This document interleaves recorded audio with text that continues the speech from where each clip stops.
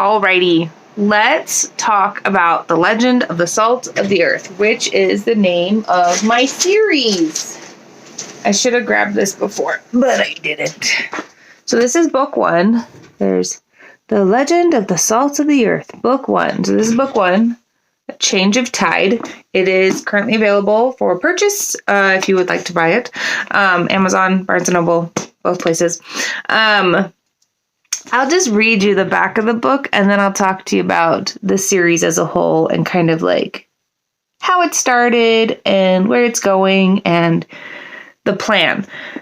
So here's the blurb from the back, which, by the way, blurbs, how is it easier to write 120,000 words than it is to write like a couple paragraphs?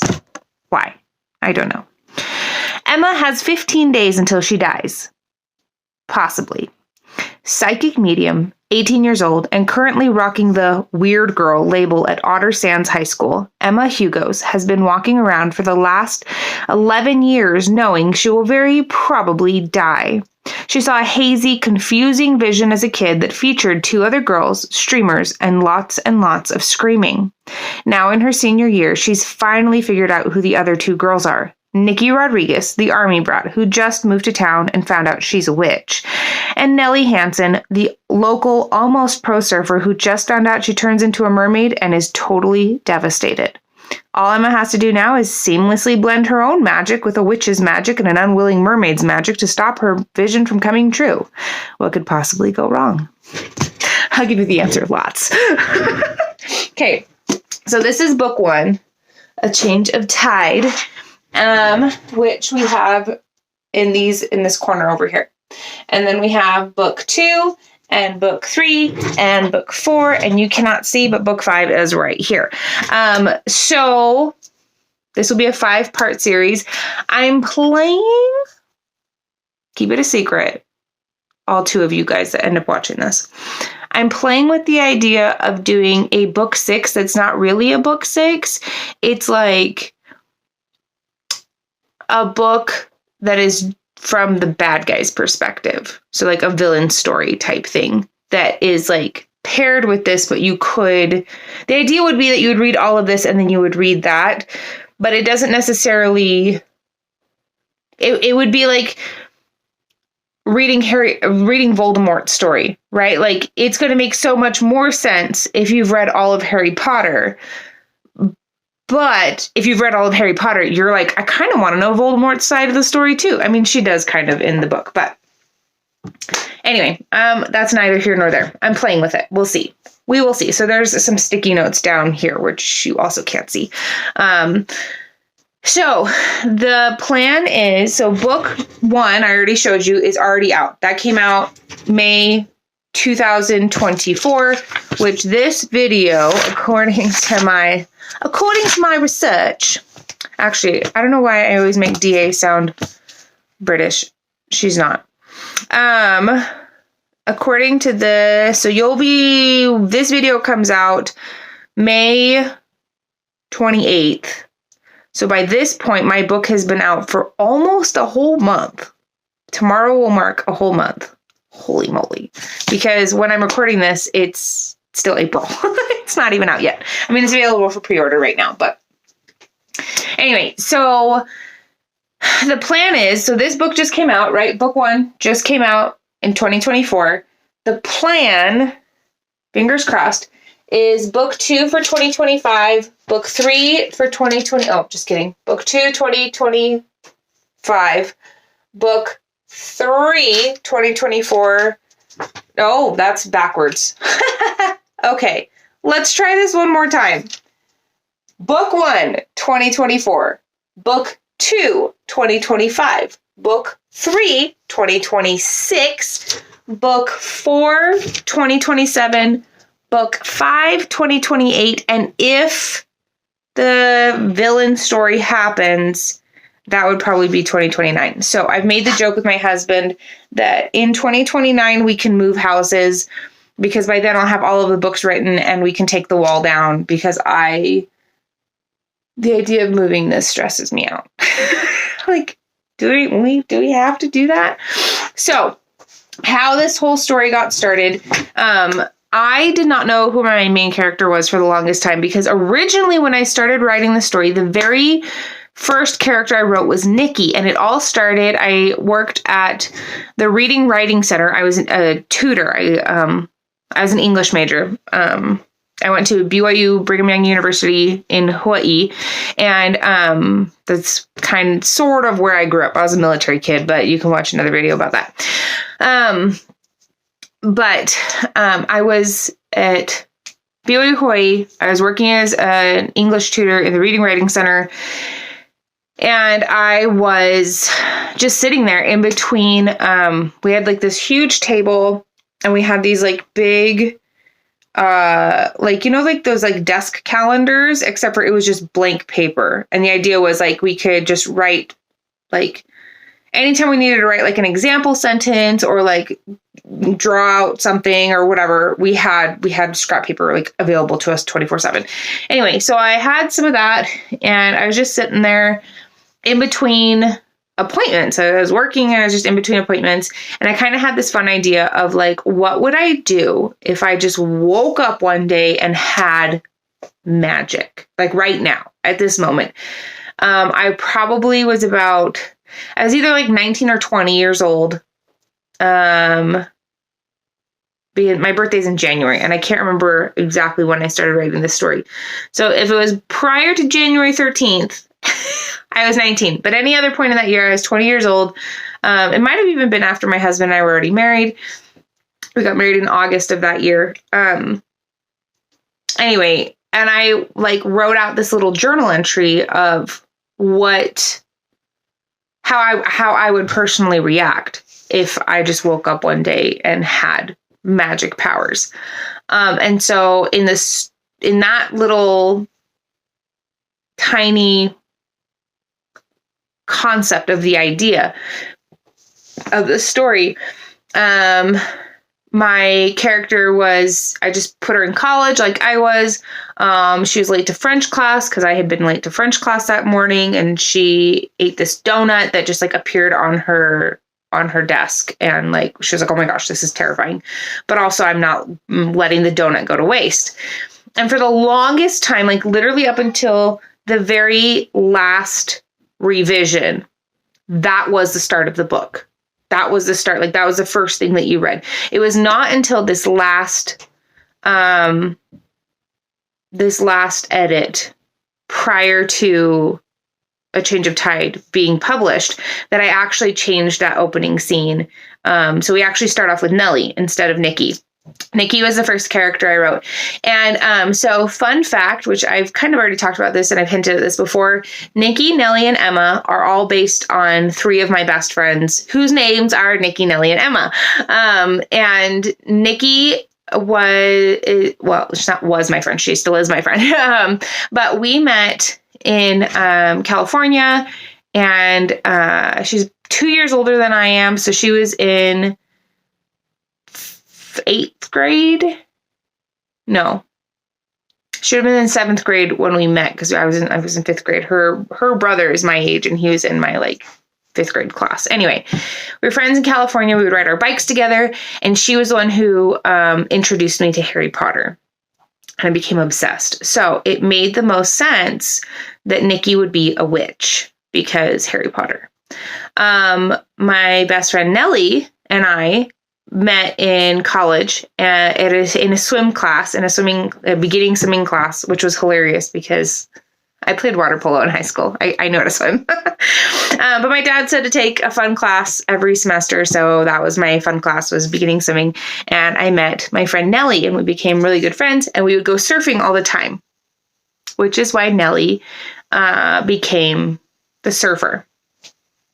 And then Emma was my friend in high school, still is my friend. By the time you watch this, I will be, well, not yet. In a couple of weeks, I will be in England with Emma, going to watch Taylor Swift shake her groove thing in Wales. So, Emma and I were friends in high school. We knew each other. We we go to church together. We knew each other from church. We knew each other. She came and played water polo with me.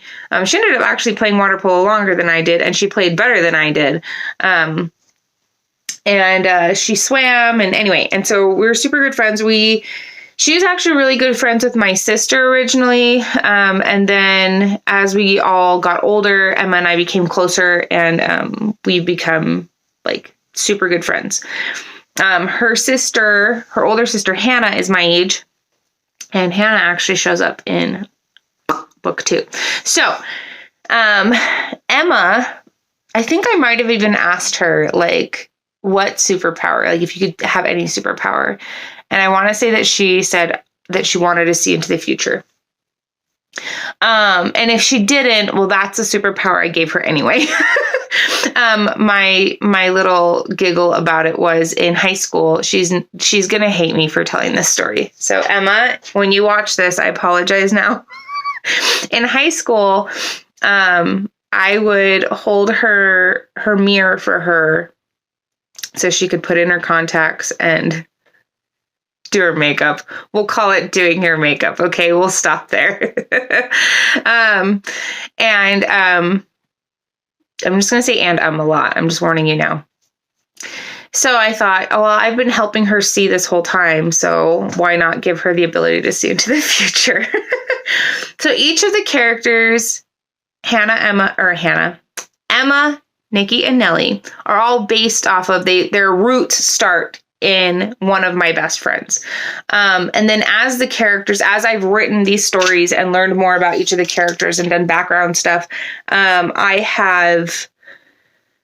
there's a little bit of me in each one of them, and then there's a little bit of their own person in each one. So their foundations start in my friends, and then I added some of me in there because I am very much a believer that in the same way, an actor cannot play a character who has absolutely 0% in common with them. There has to be something, right? There has to be something that an actor can like hold on to in a character. Even if they're like, oh my gosh, this person is my polar opposite, but we both like bananas.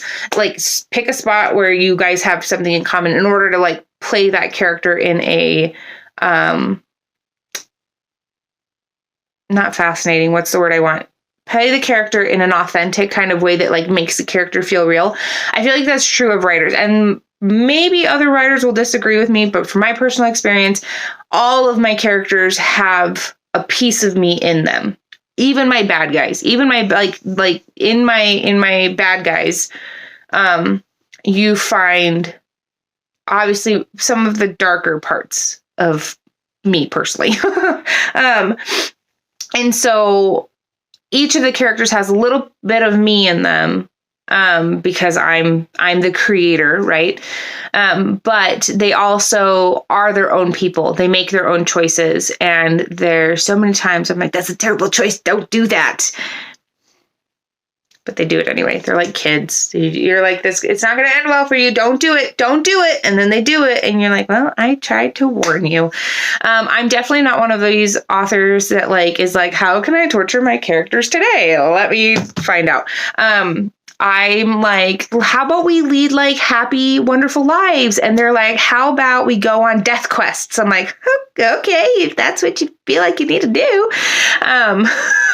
But I wanted to talk a little bit about how this story is progressing. I'm not going to give you, I will try. I'm going to try not to spoil anything because I'm very much the person where I'm like, wait, like, it's weird. If I'm watching a movie, I want spoilers. When I read, okay, rewind.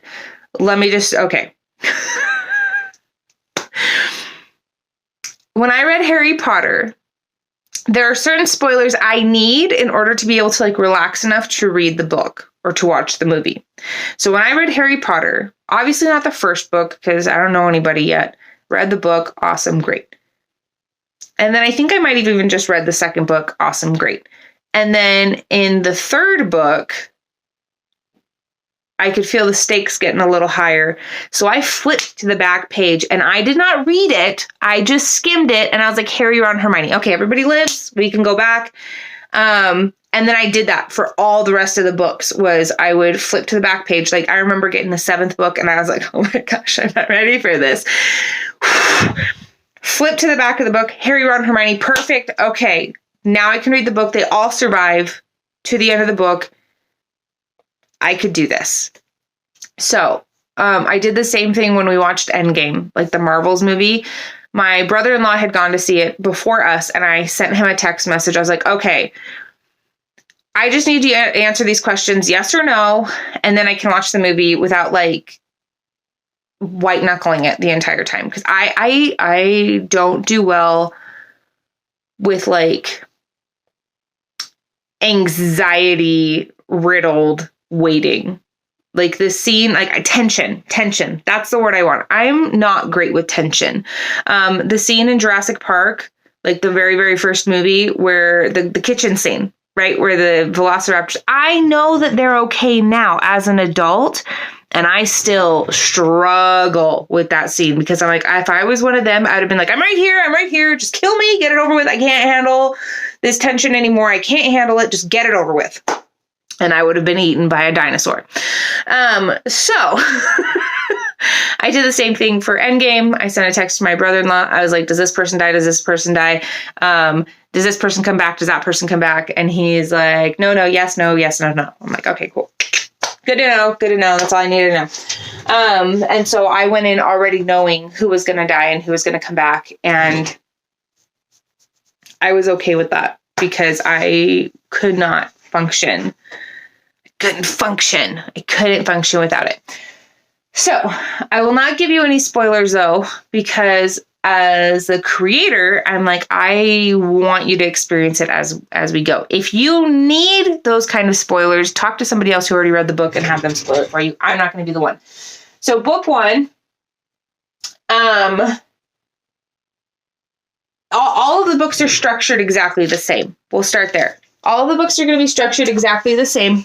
So you will notice each book will say, as each chapter rather, will say chapter 1 or chapter whatever, and then what day it is. So this is chapter 1, Wednesday, December, 5th. And then it starts off with a little journal entry in somebody's handwriting.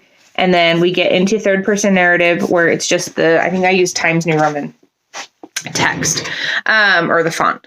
And so the book is structured so that every single chapter is a day, right? So this whole book takes place over the course of 1 month.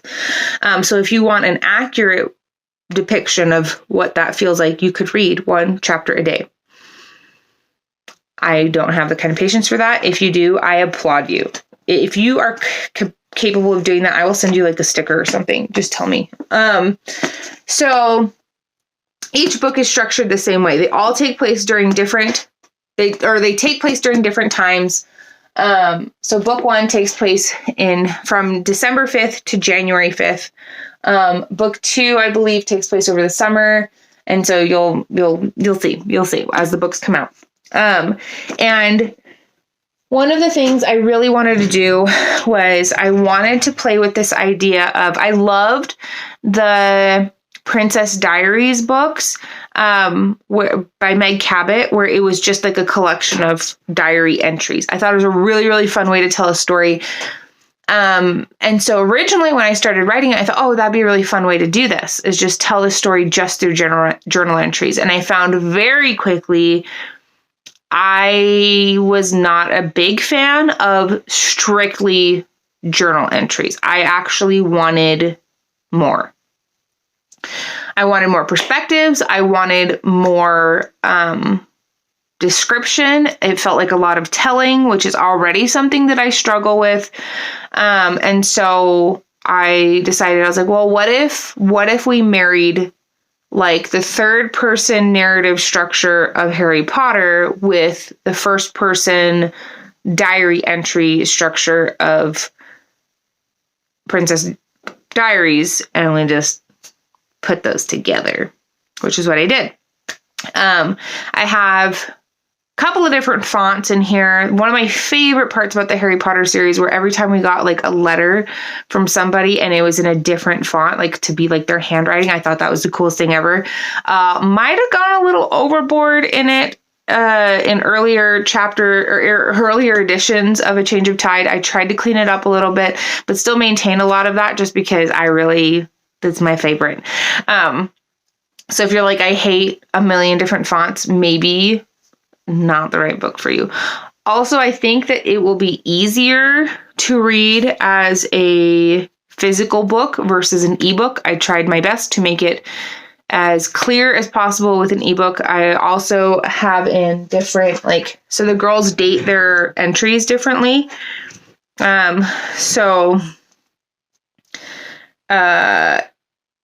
Nikki dates hers with the full month written out, the day, comma, year. Nellie does hers an abbreviated version of the month, period, day, period, and then the last 2 digits of whatever the year is. And then Emma is, what's the word I want? She's fancy pants. She does day, full month, year. She's European in her heart. She does things not like an American in that one aspect. And so all of the books are going to be structured in that way. It's third person omniscient narrative. And you will find out eventually who the narrator is. There's a prologue in book 1 that you'll see. And there's been a lot of thought and a lot of planning that goes into this. I'm sure you can see my sticky notes are not just multicolored because I thought that would be real pretty. They're actually color coded, with the exception of the pink and purple are both the same thing. I just ran out of one of them. And when I went to Walmart to get more, they didn't have the purple, so I got pink, or vice versa. I don't remember which one it was. So pink and purple are the same. But the green, the blue, the red, the orange, or the orange/yellow, again, those two are kind of the same, but for whatever reason, Post-its changed their colors, or maybe I got Post-its one time, but I the official name brand Post-its one time, but then I got the Great Value kind the next time, and so the color palette's a little different. I don't know, but they are color coded, and so you can see over here I have, this is my either eventually will happen, that I know has to happen at some point, but I'm not sure where exactly in the story it happens. Or there are things where I'm like, hey, I have a question about this thing that I wrote and I need to address that at some point. I set up some kind of mystery or question in book 1 that doesn't actually get addressed in book 1. So it needs to get addressed at some other point in the series. And so I kind of started telling you this. That's how the story was born, was just this little moment of what would happen if I woke up and I had I just had magic powers. And then I get to thinking about it, and I kind of started playing with the story a little bit more and flushing it out a little bit more. And I went to my senior year. I wrote my senior year of college, I wrote my senior thesis on Harry Potter, which my observing professor or whatever he was called was like, you can't write on Harry Potter. I'm like, watch me. I did. And then graduated. That was awesome. Great. Cool. Done. Got accepted to a Harry Potter conference in St. Andrews, Scotland, to go present my paper at this conference with a whole bunch of other Harry Potter nerds who had all written these academic papers about Harry Potter, analyzing different things. Super, super cool. Went, presented my paper, watched a whole bunch of other people talk about things, watched John Granger, which if you don't know him, they call him the Hogwarts professor because he has all these books. I have several of them over here. about Harry Potter and about like the structure of it and how he's got, I think one of his early ones is called Finding God in Harry Potter. And he has like a whole story about that. And that, I think that one analyzes the first 4 books. I think that's all that was out at the time. Anyway, he was talking about some different things in Harry Potter and some of the things that Rowling does structurally in her book. And I was like, this is the coolest thing I've ever heard of. Like, this is so cool. I want to try and do this. So I rewrote book 1 to kind of encompass this particular type of structure, in terms of storytelling. And then I was like, okay, well, this is not a one-off story. I can feel that there's something more here. And my initial plan was like, well, I'm just going to pull a J.K. Rowling and write 7 books. And as I was kind of plotting it out, I was like, I don't know that I have enough to actually do 7 books. I was like, I bet you I could get away with 5. And so planned on doing, cut the 2 last books out and decided to do 5 books. And I found that plotting in this way with this particular structure was like actually really valuable for this particular story. And so I found myself sitting down and like writing it out.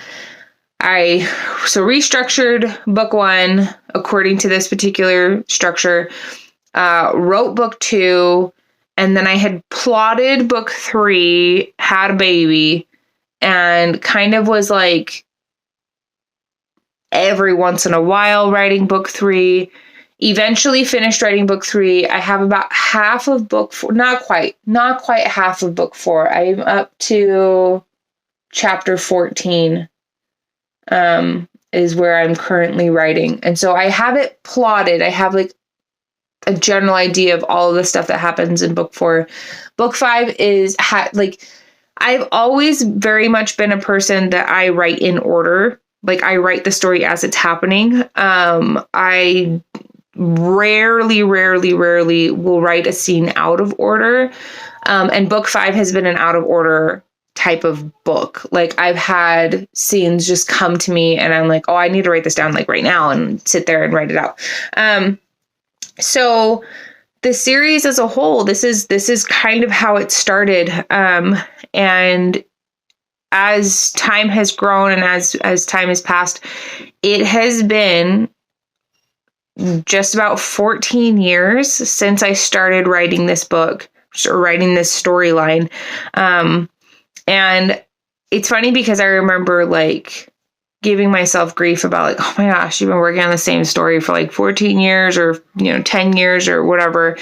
You should have had it published by now. And now that I'm sitting here 14 years later, looking at what A Change of Tide has become versus like what it started off as, it never would have become what it is without me going through everything that I did in life in the last 14 years, especially like becoming a mother and like kind of understanding the mom role a lot more has changed my narrative of some of the characters, understanding some of the bigger picture items that I knew. Like for the longest time, I talked about this story as though it wasn't actually mine. Like I felt like an archaeologist. The best way I can describe writing this story, especially the beginning, was I was the archaeologist. I wasn't actually writing the story. I wasn't actually creating anything. I was just kind of like digging and finding these pieces and like sticking them together. Like I'm literally uncovering some big animal and I'm finding these little bones and having to like figure out how they fit and like trying to navigate like, okay, well, where was that and how does that go and what even kind of animal is this, and trying to figure all of that out. And for the longest time, it didn't feel like it was my story. It didn't feel like I was the one actually writing it until I would probably say within the last year, I've kind of felt like a switch in ownership over it of being like, actually, this is mine and I am writing it. And I'm not just like And I don't know if that's just like the imposter syndrome starting to wear off a little bit of like, actually, Donica, you have been the one working on this.